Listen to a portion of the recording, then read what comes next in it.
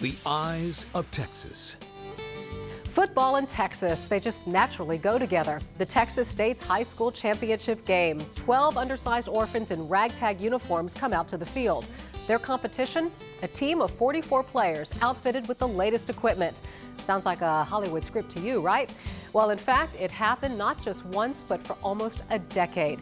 Winston Dutchin takes us back in time to a Texas orphanage that specializes in academics and football in Fort Worth. Catches on the 50, coming to this side of the field, tries to get There was a football game on. My dad said, "Is that Masonic home?" And they said, "Yeah." My dad said, "We're going to sit down here and listen to this game." And I did not know at that time he knew he was going to die.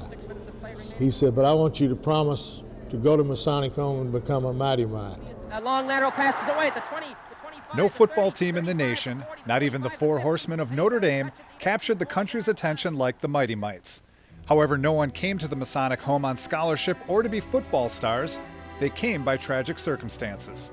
My father, who was a Mason, was run over and died in a couple of days. So that left my mother trying to make a living on her own, and it was just hard. And she said my father had always said that if anything happened to him, he wanted me to go there. The fact that the orphanage existed, the fact that the Freemasons built the orphanage is just a fabulous, heartwarming story, because without this, a lot of these kids would have been on the streets. I was the youngest of 5, and 1 month to the day after my father's death, the 5 of us went to the Masonic Home and School in Fort Worth. And they got an education at the home. I was at Masonic Home, taught there 36 years. Mrs. Glick was my typing and shorthand teacher whenever I was there. From the beginning, academics were a high priority. Originally, it was geared to be a vocational school, but by 1912, it became its own school district. Marie Glick arrived in 1933 to be a typing teacher and retired 41 years later as principal. I had Miss Glick for several classes. Ms. Glick was our mentor. She was our mother. Many times we could go to her if we had a problem and she would help us out. And she was just an awesome, awesome teacher. And my teaching at Masonic Home all those years, that's the bright spot of my whole life.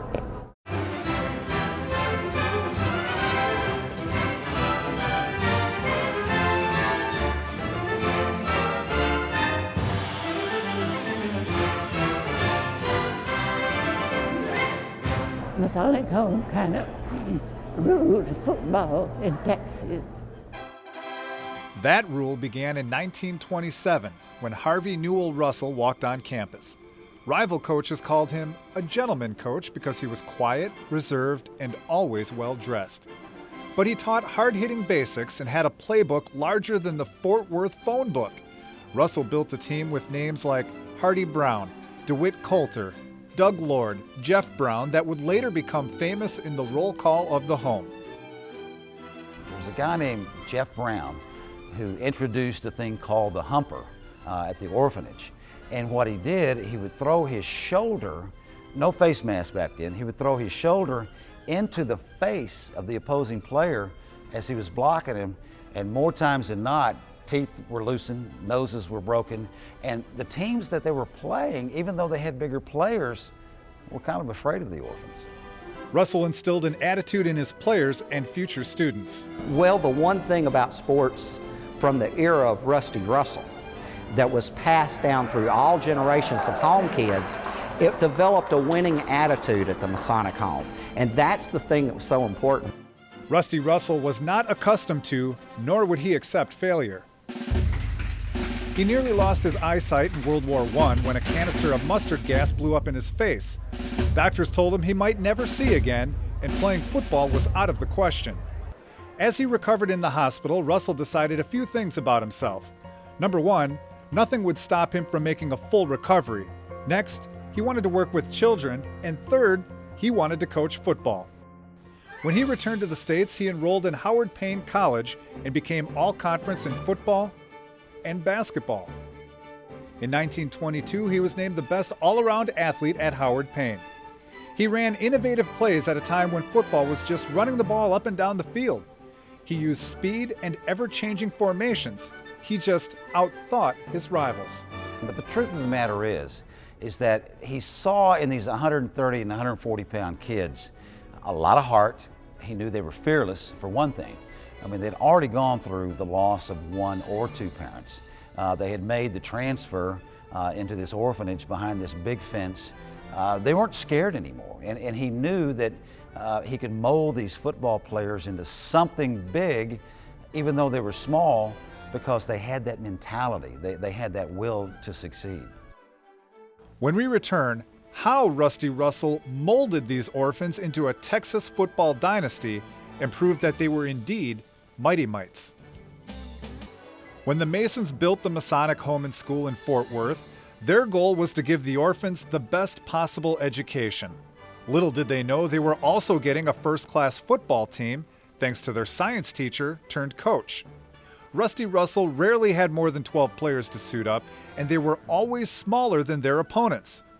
In their first game, they played Mineral Wells. Rusty made a deal with the Mineral Wells head coach that if the Mighty Mites won, they got to keep the game ball. Up till then, the Mighty Mites had been practicing with spiral-shaped baking soda cans. When he'd asked the principal for a football budget, Russell was told the budget was the spare change he was carrying in his pants pockets. Any monies that football brought to the school went to teachers' salaries and new buildings. We didn't have assistant coaches. He was our coach, period. Assistant coaches were a luxury the Masonic Home could not afford. In fact, the only adult to occupy the bench with Russell was Dr. E.P. Hall. For more than 40 years, Hall bandaged the kids, took care of their aches and pains, and never took a dime as salary. The transportation to and from the games was an old pickup truck used to haul hay and pigs during the week. One time we came from Fort Worth to Dallas, so we came on that truck. So we got dressed in Fort Worth, and in between Fort Worth and Dallas there's a town named Arlington. There it started raining on us all the way into the Highland Park Stadium. We were soaking wet. And I remember the Highland Park kids were wadding up those cups and throwing at us and say, "Orphans, you don't stand a chance." They chanted orphans, orphans, orphans. That changed because they realized the more they made them mad, the better they played, and the higher the score was. We played our hearts out, and I remember that particular game they had Doak Walker and Bobby Lane playing. They were supposed to beat us by 30 points, and we beat them 18-6. In one of the most ironic events in history, the kids in this small orphanage became, of all things, celebrities. Dallas AP sports writer Harold Ratliff became fascinated with the Mighty Mites. After all, a little school going up against the big schools and winning made for a good story. So instead of limiting their successes to the Texas wire, he sent them out nationwide. All of a sudden, they're getting telegrams from Detroit, Los Angeles, New York, Boston, and I'm talking about serious sacks of telegrams. In the midst of the Depression, folks were hungry for a victory, any type of victory. And here was a group of 12 orphans taking on schools with thousands or more students and beating them in the hard-nosed game of football. Most of their games had larger turnouts than the local colleges. Their playoff games consistently attracted 25,000 or more. It was so exciting. We always went to the football games every week during football season. We'd watch the boys work out in August, getting ready for football, and it was just the highlight of our school year. One Depression-era writer compared them to the race of Seabiscuit against the highly favored War Admiral. But while other teams traveled by buses and trains, Russell still transported the Mighty Mites in the old farm truck. He often remarked to Doc Hall that as long as he could suit up 12 boys, he believed he had a good chance of winning. And Doc, for his part, had learned to believe him. In the 10 years that Russell coached the Mighty Mites, Doc watched them make 8 postseason trips. That winning attitude became the trademark for all the students who followed. The story of the Masonic Home and School goes far beyond that to the winning tradition that instilled in the kids at the home and school. And every kid that you meet are grown up now. From the Masonic Home and School takes one thing with them. They have an attitude that they can do almost anything, that they seek to try and do.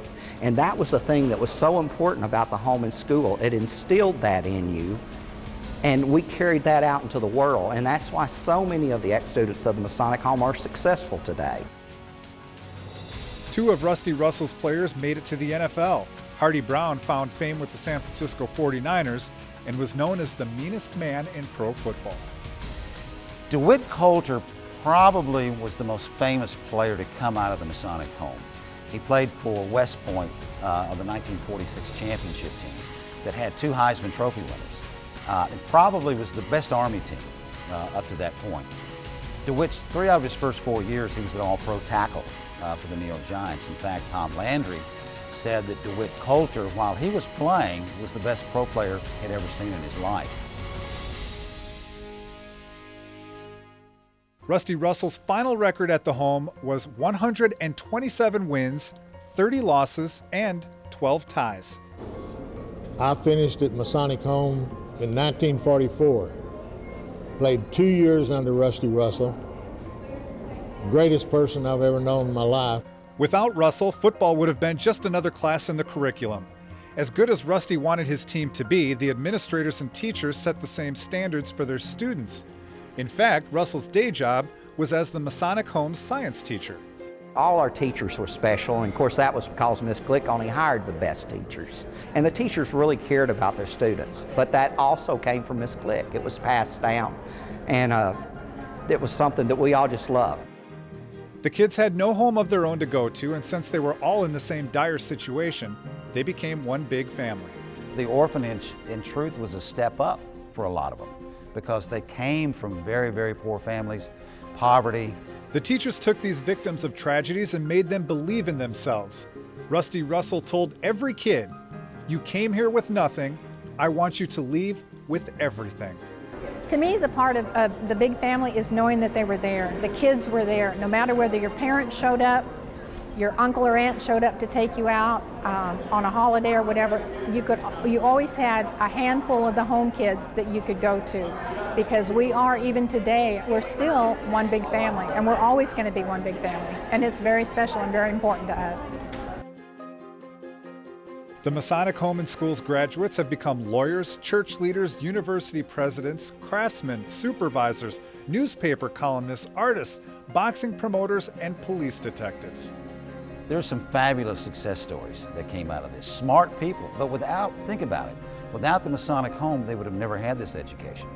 All the graduates are quick to acknowledge that they got where they are today because of the dedication and hard work of teachers like Marie Glick.